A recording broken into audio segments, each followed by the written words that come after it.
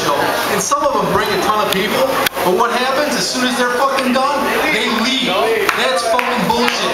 You know what? In 5 years, you deserve to be at fucking home. You deserve to be on your fucking couch and wondering why no one gave you a fucking break. Fuck you.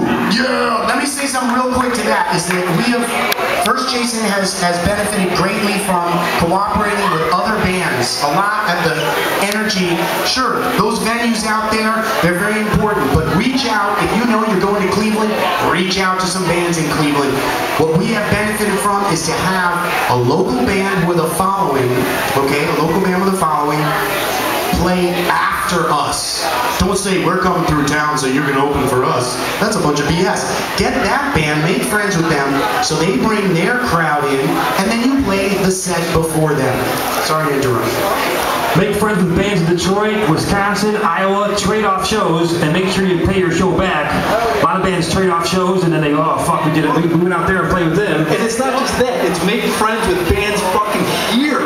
Oh, definitely here. You know, it's like all these bands, they just don't fucking get it. But you know what? Again, if you want to take 15 years and learn from your own mistakes and then wonder why, and then your guitar is fucking collecting dust in the corner, or your drums or whatever. That's why. You know, that's alright. If the bands here, wasted fucking fun. if the bands in Chicago up on this stage, as you can tell. If the bands in Chicago support each other, the scene would be thriving so much better, wouldn't it? What's that? If the bands with each other shows and support each other, yes, this scene would be thriving. You know, it's all about, yeah, too many people are fucking selfish, rock stars, like, oh, we don't need anybody. Yeah, look at that guy over there. Tim King, what?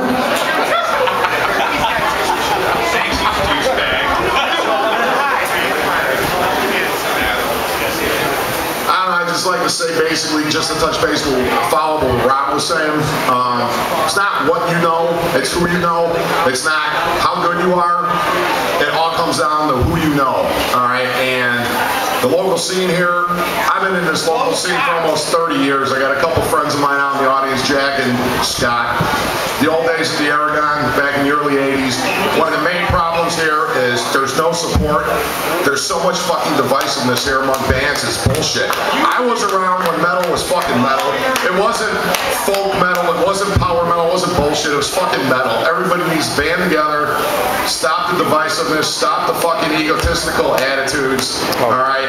Go out, support the local acts. For all the local acts out there, you need to show up at these shows, you need to support the damn shows. Me, Chris, and Rob, when we're promoting PowerFest, we hit every show we can for promotion. Alright, we appreciate everybody that comes out to support us, whether they agree with our choices or not. And I'll tell you right now, in the years I've been doing this with these guys, all these so-called experts out there, all these internet tough guys and all this shit that we see posted on these forums, to each and every one of you, you can fuck the hell off, because you really have no idea what the hell's involved.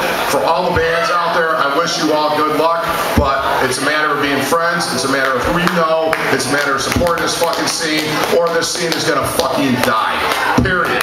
I remember what it was like when it was alive and well. I want to see it again, and that's what I'm doing with CRJ. Yeah. You know what, actually, to play off on what you guys are saying is, you know, you guys are very, very lucky nowadays, because it's like, you have MySpace, and you think that, well, if you put a bulletin up and people are going to show up to your show. It's not it. You know, there's also, like, we had in the days like Scott. I remember going to listen to a band. I used to walk my, like, tape over where he wants to, like, fucking play it, you know, and if he didn't play it, he'd play it again.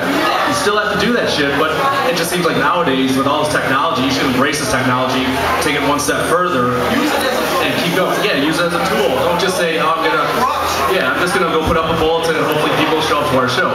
That's not it. So, you know, guys have technology, but it's got to take one step further than that. You know, you just got to use your brains and think outside the box. And, you know, the more creative bands are the ones who survive and the ones who get people out to shows. You know, so yeah, you got to interact with everybody and like stick around and support the scene, because the scene is dying. It's going to be pretty bad if like bands don't stick around and help one each other out. It's what it's about. So wait, the question that we were doing was, what would you recommend to somebody? I kind of lost it in Rob's ramblings. Fuck you, motherfucker, goddamn cocksucker! Tell them like it is. I'm just kidding. What are some of the challenges? Seriously though, it's, you know what it all boils down to is, it really just boils down to how bad you want it. You know, I mean, I've been up, I've been down. I mean, we used to ride around in vans and sleep underneath the seats, and tires would fly off the trailer, and we'd hear, oh my God, and I'd be looking at a steel rod from a seat looking me right in the face thinking, I'm going to get cut in half. I'll suck your cock for money, you cocksucker. But, no, seriously, I mean, I've done it all. You know, we were on tour with Ozzy Osbourne and Rob Zombie, riding around brand new tour buses. You know, we've been all around the world. We've had broken down on the side of the street changing the oil ourselves. You know, it's just, it's all about how bad you want it. You have to make sacrifices. And the thing that that really gets on me is when a band says, yeah, we're willing to do it, we're willing to do it, all about the music, this and that, but they don't want to leave their girlfriend or their boyfriend for a weekend, or they don't want to leave their job. They don't want to do anything. You know, you got to give up almost everything that you have to make it work. You know, I still make sacrifices. I'm not married, I don't have any kids, and there's a reason for it. It's because all I do is music. Or at least any kids I don't know. Music is your mistress. No, I'm kidding. Yes, there's absolutely, it's true. You gotta live for music. And if you're willing to do it, those are the people that stick around, you know? And then you can find ways to find the joy there, you know, to be on the road and go, wow, you know, I got a veggie burger at Denny's or something that just makes you go, well, today is okay, and, you know, you get to the next gig. Sometimes it's tough, sometimes it's beautiful. When you're on stage and you're playing, that 45 minutes, hour, half hour, whatever it is, that's the power, the force that drives the other 24 hours of bullshit that you have to go through to make it there. I mean, if you play a good show, it doesn't even matter. Like, this could go wrong, the money could go wrong, some chick could do this or that, but you know you kicked ass that night, it makes it a lot easier to get to the next town. I'll give you a perfect example. We were doing a European festival tour, and we went to the airport, and our travel agent had booked the flight for the next day. So we had to wait, get on the flight the next day, grab a bus, take it into Germany, and set up in front of a stage in 10 minutes, or else we were going to miss our slot. And we ended up playing in front of 30,000 people that went crazy. You know, I mean, that's an extreme example. So at any moment you had thought, well, let's just turn around. We could have easily said, well, fuck this, and we're going to skip the show, but we would have missed out on one of the greatest shows we played. So those challenges led to those rewards. All right, so we've heard about unity.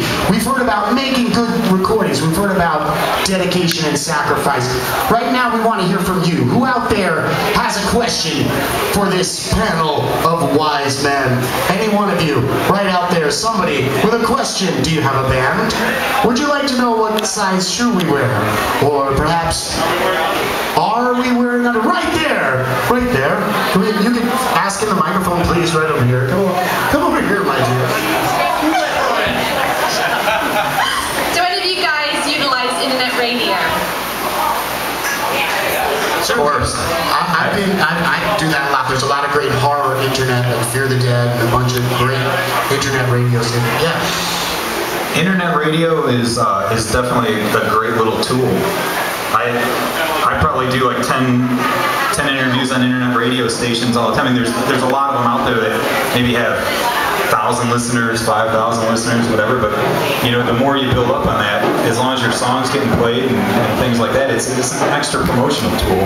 I wouldn't say it makes or breaks anything, but it definitely helps. I've definitely gotten download sales based on that. Someone will listen online and then they'll go right in iTunes or Amazon or whatever, you know.